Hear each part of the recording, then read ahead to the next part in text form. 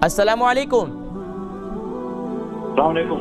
वालेकुम अस्सलाम वरहमतुल्लाहि वबरकातुहू। मेरे भाई कौन और कहाँ से? हकीम साहब, मैं अटलांटा से बोल रहा हूँ, अमेरिका से। जी अमेरिका से। सवाल क्या नाम है आपका? मेरा नाम अब्दुल मोईद है। अब्दुल मोईद साहब फरमाइए। मुझे काफ़ी दिनों से पेट की तकलीफ है, यानी वो एसिडिटी कर लीजिए, रिफ्लक्स कर लीजिए, वो अपनी जगह है। इधर क्या हुआ कुछ दिनों से, थोड़ा सा जोर से बोले, आपकी आवाज़ कम आ रही है। आवाज़ आ रही है जी, थोड़ी से रिसीवर मुंह के नज़दीक करें। जी हाँ। तो मुझे क्या हुआ कि मैं जो है अचानक आंखों में काफ़ी जलन सी होने लगी। डॉक्टर ने बताया कि साहब आपका बॉडी जो है इन्फ्लेमेशन यानी सूजन है कहीं बॉडी।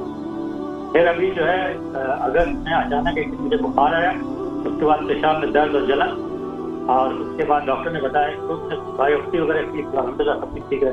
डॉक्टर ने फिर बताया कि आपके जिस्म में जो है सारी चीज़ें ठीक है ब्लड की, लेकिन आपके जिस्म में सूजन है, इन्फ्लेमेशन।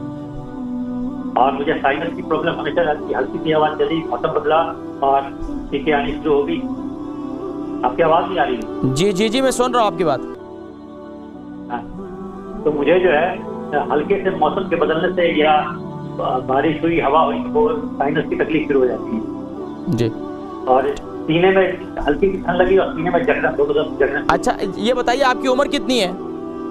मेरी उम्र 58। 58। ठीक है। आपको हाजत सही होती है, टॉयलेट वगैरह सही जाते हैं?